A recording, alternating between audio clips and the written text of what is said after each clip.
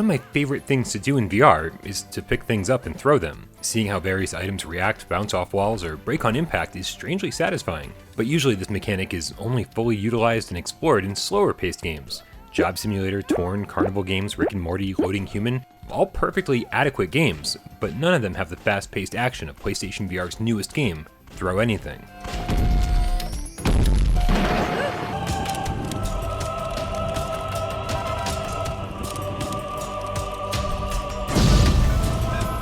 The premise of Throw Anything is pretty awesome as far as VR arcade games go. You're standing in a room looking down the side of a building as the zombie apocalypse breaks out. And these aren't your typical Night of the Living Dead meanderers. The zombies in Throw Anything are straight out of World War Z, proficient climbers for sure, and eventually they come in swarms, making you feel pretty outnumbered by the end of every single stage. Luckily, you're fairly well armed with tons of items scattered around the room behind you, with most of the larger pieces of furniture being fully destructible for even more ammunition. So you're constantly turning around, grabbing items using a bit of telekinesis, then looking over the edge and throwing your prized possessions, and now useless shards of IKEA bookshelves, at the zombies below. Every stage plays out the same, with just enough enemy and environmental variety to keep things interesting. And by the time the giant boss shows up at the end of each level, you're bound to be sweating and frantically searching through the debris for the gun you found at the beginning of the stage, and were saving until you really needed it.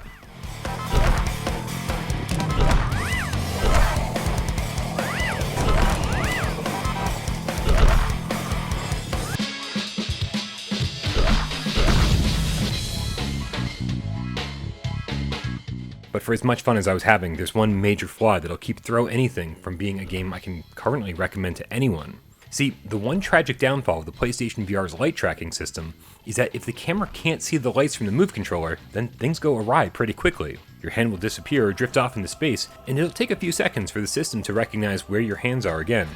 Every other PlayStation VR title so far has done an admirable job of working around this limitation, mostly through the use of turn buttons. Even the questionable Doom VFR has a 180 flip button. But Throw Anything has nothing. It forces you to turn around constantly, at least 50 times per stage, lose tracking for a second or two every time, and really screw up whatever it is you're trying to do.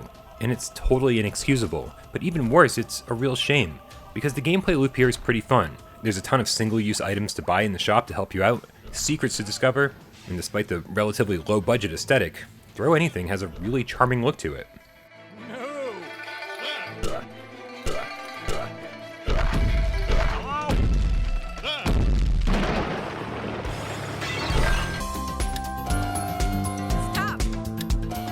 Throw Anything isn't terribly long, with only 6 stages to conquer, but even on easy, there's still a pretty hefty challenge here, and a platinum trophy that keeps tempting me to go for it.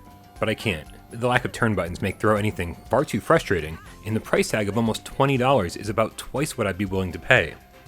So my advice? Wait for an update, then wait for a sale.